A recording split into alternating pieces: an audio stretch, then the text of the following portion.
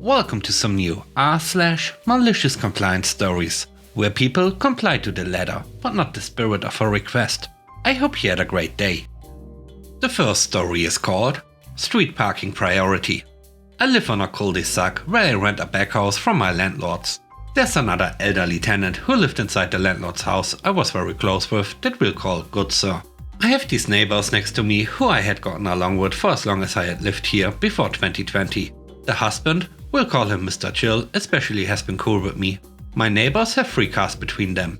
2 belong to Mr. Chill and the wife, Mrs. Hypocrite, and the other car belongs to their daughter, the Hawk. When 2020 hit, Mr. Chill's family, for reasons that didn't make sense to me, suddenly stopped parking their cars in the driveway. They would park them all on the curb in front of their house, as well as the Hawk taking the spot I usually parked in, more so than her parents did. Finally, after a few months of this going on, I see the Hawk outside. I asked her if she wouldn't mind sharing the spot that I used to park at with me, explaining my situation of being overworked and exhausted from my job. She gives me an annoyed look and just responds by saying, "I use it." I realize I'm wasting my time, tell her never mind and go inside.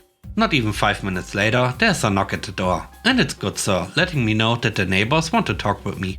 Mrs. Hypocrite is standing there, all angry looking, asking me what the problem is. I explain to Mrs. Hypocrite what I said to the Hawk, and she apologizes for coming off so angry. Then she says, "You know, street parking is what it is. It's first come first serve, and we are not parking to try and give anyone a hard time."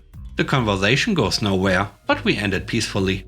About a week later, I'm parked in my spot for a change, and my girlfriend comes over to visit with our child. It is summertime, and it's hot. Towards the evening, I get a knock on the door, and it's Good Sir.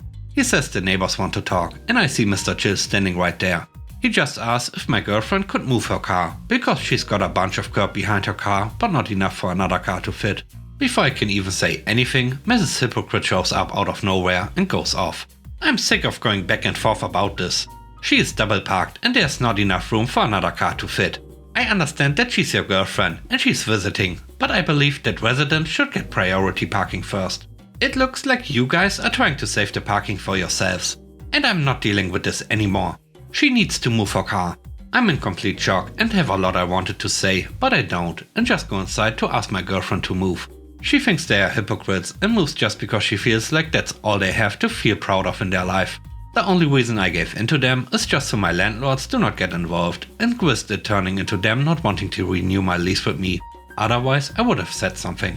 Funny enough, even though they got angry at my girlfriend for double parking, the Hawk is the queen of doing that on our cul-de-sac without Mrs. Hypocrite telling her anything. Last year in November, Good Sir wasn't doing too well and went into hospice care. He gave me his car as a gift and a thank you for being family to him. I now had 2 cars, 2 spots and an idea. Mrs. Hypocrite said that street parking is first come first serve and that residents should have priority over the parking. Well, then so be it. I only need to use 1 car and the other can just stay parked. Since I'm a resident, I decided to park whichever car I am not using in the spot that I would normally park in and swap them out every 2 weeks in rotation. My girlfriend parks where Good Sir used to. The Hawk, her boyfriend and Mrs. Hypocrite have not touched that spot since I started doing this, since one of my 2 cars is always there. As a little bonus too, Mrs. Hypocrite put one of their cars they aren't using back in their driveway. When there's a party going on and all the parking is taken up, the spot in front of their house is sometimes open. And since, again, I'm a resident and the guests have taken all the other spots, well, I guess I do need a spot to park at after all, right? Sorry Mrs. Hypocrite and or the Hawk. I guess you'll just have to park around the block and take a nice walk to get to your house. I'm only following what you believe the parking rules should be. The next story is called European Bureaucracy. I requested a long-term visa in a European country that needed proof that I had enough money to support myself during my stay. My money is in the stock market with a broker that operates only online. This European country required the paperwork to be of the last 3 months and at each page have the official stamp of the financial institution with the initials of the branch manager. My financial institution insisted that they provided only online statements and that compliance can be validated with the barcode. Also, there was no branch manager, since online brokers don't offer local services. European country wanted nothing to do with a barcode from my country of origin. I figured that if they couldn't validate a code, they couldn't validate a stamp. I went to Office Depot and asked if they could make a stamp with the financial institution's logo. They complied. I stamped and initialed my own statements. I didn't lie about having the money. I did have it. I figured that at the worst they'd call the phone number on the statements and get asked for the barcode. Then, stamp or not, the financial institution would confirm that I was compliant with the money requirements.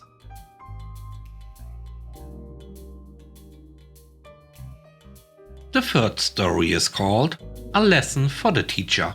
In my senior year of high school, I had the latest lunch period and was usually pretty hungry by the time my fourth period English class rolled around.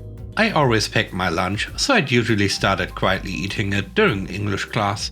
I never made a big deal about it, didn't make a mess, etc. A couple of weeks before the Christmas break, my teacher either finally noticed or decided to get annoyed by it. So she told me I couldn't eat in class unless I brought enough for everyone. I was always a good kid, so I put it away and plotted out my prank to pull on the last day before the Christmas break. I brought a loaf of bread, peanut butter and a butter knife to school that day. English class starts and I immediately pull out my lunch and very deliberately and obviously arrange it all over my desk and start eating. Just waiting for her to tee up my prank. She actually let me eat for about 10 minutes. Long enough that I thought she wasn't going to say anything at all. But in the end, she didn't let me down. She finally says, "What did I tell you about eating in my class? Put it away." I get a big grin, pull out a loaf of bread and peanut butter and say, "But I brought enough for everyone today." The look on her face was pretty priceless and she was actually speechless for a few seconds. The guy sitting next to me even said, "I'll take a sandwich," which my teacher really didn't like, and she told me to put it all away, which I did. She ultimately didn't do really anything, except to tell me to put it away, and later in the year it became a running joke. And she let me eat my lunch in class so long as I was discreet about it.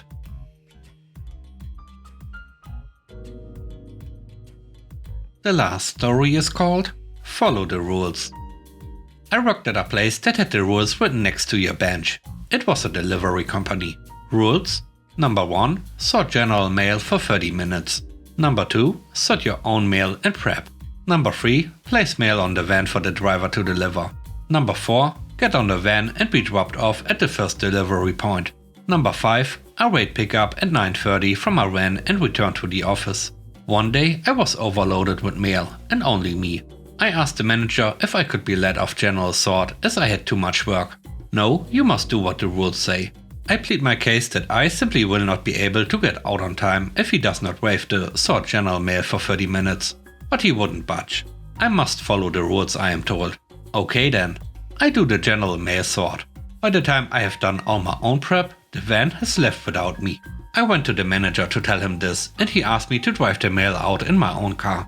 I refused, saying it must be put in a van and delivered by a driver. Okay, he says.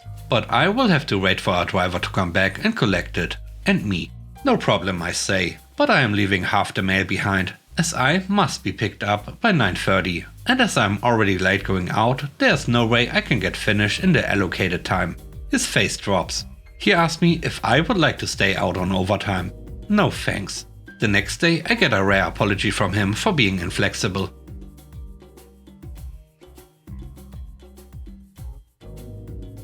And with that, we end today's video. Let me know what you think about the stories. On a scale of 1 to 10, how would you rate the stories and today's video? I hope you enjoyed the video. If you like what I do and would like to support me, please subscribe and hit the like button. I hope you have a great day. Stay safe. Bye bye.